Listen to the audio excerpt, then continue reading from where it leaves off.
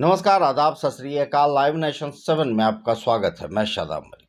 अगर अभी तक आप लोगों ने हमारे चैनल को सब्सक्राइब नहीं किया है तो ज़रूर सब्सक्राइब कर लें। साल 2024 में लोकसभा का चुनाव होना है, प्रधानमंत्री तय होने हैं, केंद्र में सरकार नई या पुरानी जो भी हो मगर सरकार बननी है और इसे लेकर हरकत 2022 में ही शुरू हो चुकी है। नीतीश कुमार ने जब से भाजपा का दामन छोड़ा और महागठबंधन का हाथ पकड़ा, बिहार में 8वीं बार मुख्यमंत्री बने, तभी से कई तरह के प्रयास लगने लगे हैं।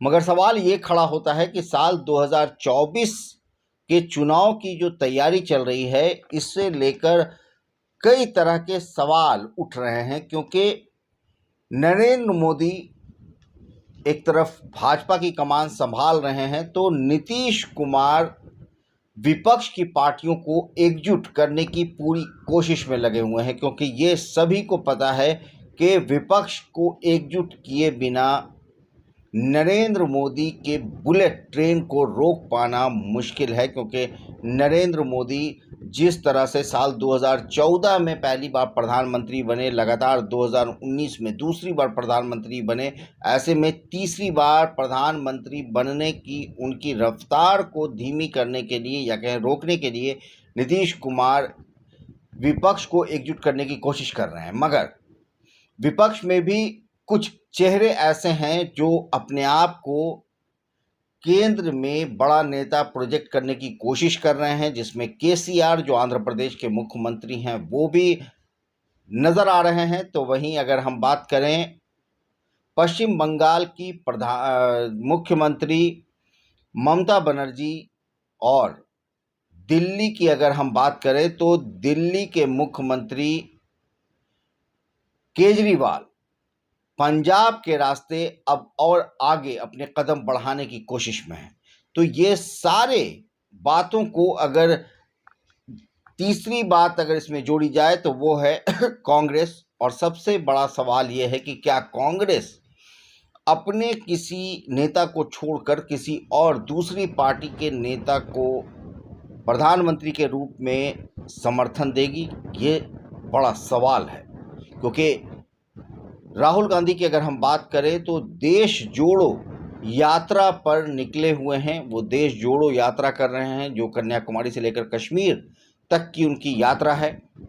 कांग्रेस जिसने 219 सीटों पर भाजपा को टक्कर दी, यानी कि भाजपा के बाद दूसरे नंबर पर अगर कोई पार्टी देश में 2019 के चुनाव में रही तो वो कांग्रेस है, जिसने लगभग 219 सीटों पर भाजपा के बाद दूसरा स्थान प्राप्त किया है। और भाजपा की अगर हम बात करें तो 70 सीट ऐसी है जिसमें भाजपा को जीत तो मिली, मगर वो जीत का अंतराल 1 लाख से कम वोट का है।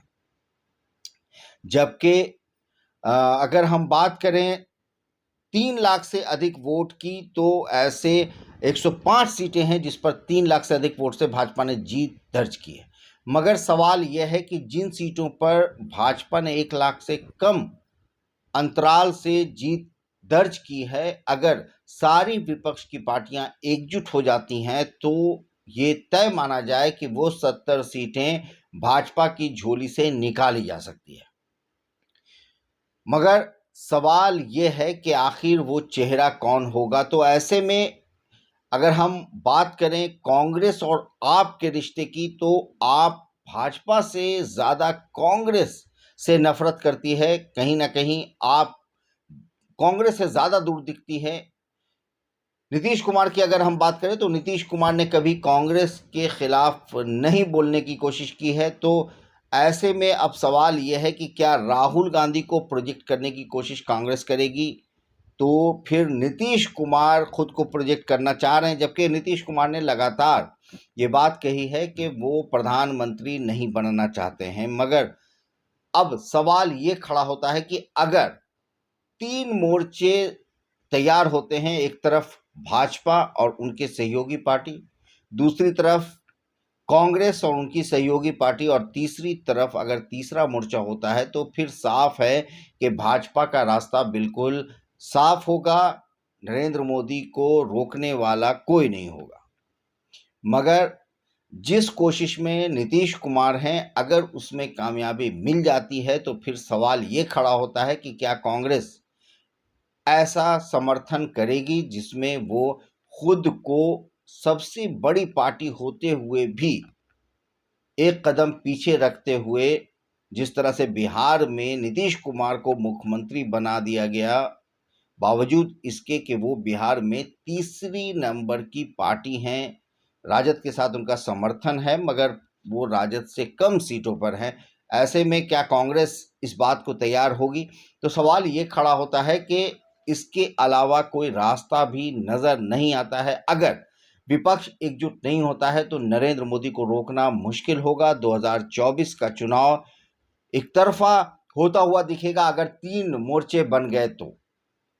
अब ऐसे में जो अहम बातें हैं वो ये हैं कि 2019 की अगर हम बात करें तो 209 सीट, हमने 219 बोल दिया था मगर 209 सीटों पर कांग्रेस दूसरे क्रम पर रही थी और इसमें ज़्यादातर भाजपा के साथ उनका टक्कर हुआ था और हार का अंतर बड़ा ज़रूर था मगर दूसरे नंबर पर कांग्रेस थी। तीसरे और चौथे की अगर हम बात करें तो ये विश्लेषण तो 28 और सीटें जीती जा सकती हैं कांग्रेस के द्वारा।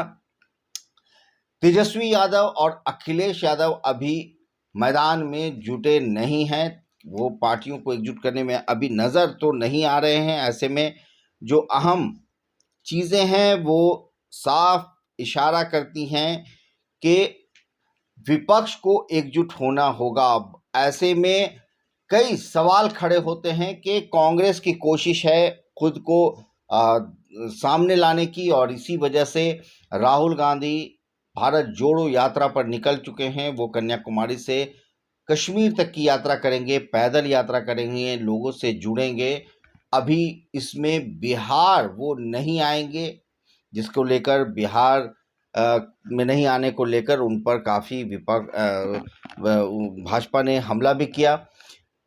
मगर नीतीश कुमार जब जिस तरह से शांति के साथ बिहार में उन्होंने सत्ता परिवर्तन कर दिया, भाजपा की सारी कोशिशों को पीछे छोड़ते हुए उन्होंने भाजपा का हाथ छोड़ा, राजद का हाथ थामा, महागठबंधन का हाथ थामा, सरकार बनाया, 8वीं बार मुख्यमंत्री बन गए।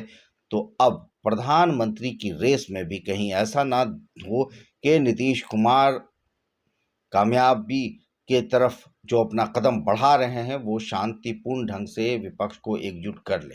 मगर फिलहाल शरद पवार, ममता बनर्जी, ये सब एक चैलेंज है। इन सब चैलेंजों को पार पाते हुए क्या नीतीश कुमार विपक्ष को एकजुट कर पाएंगे? अब बने रहे हमारे साथ, देखते रहे हमारा वीडियो। अगर अभी तक आप लोगों ने हमारे चैनल को सब्सक्राइब नहीं किया है तो जरूर कर लें, साथ साथ ट्विटर पर फॉलो जरूर करें। धन्यवाद।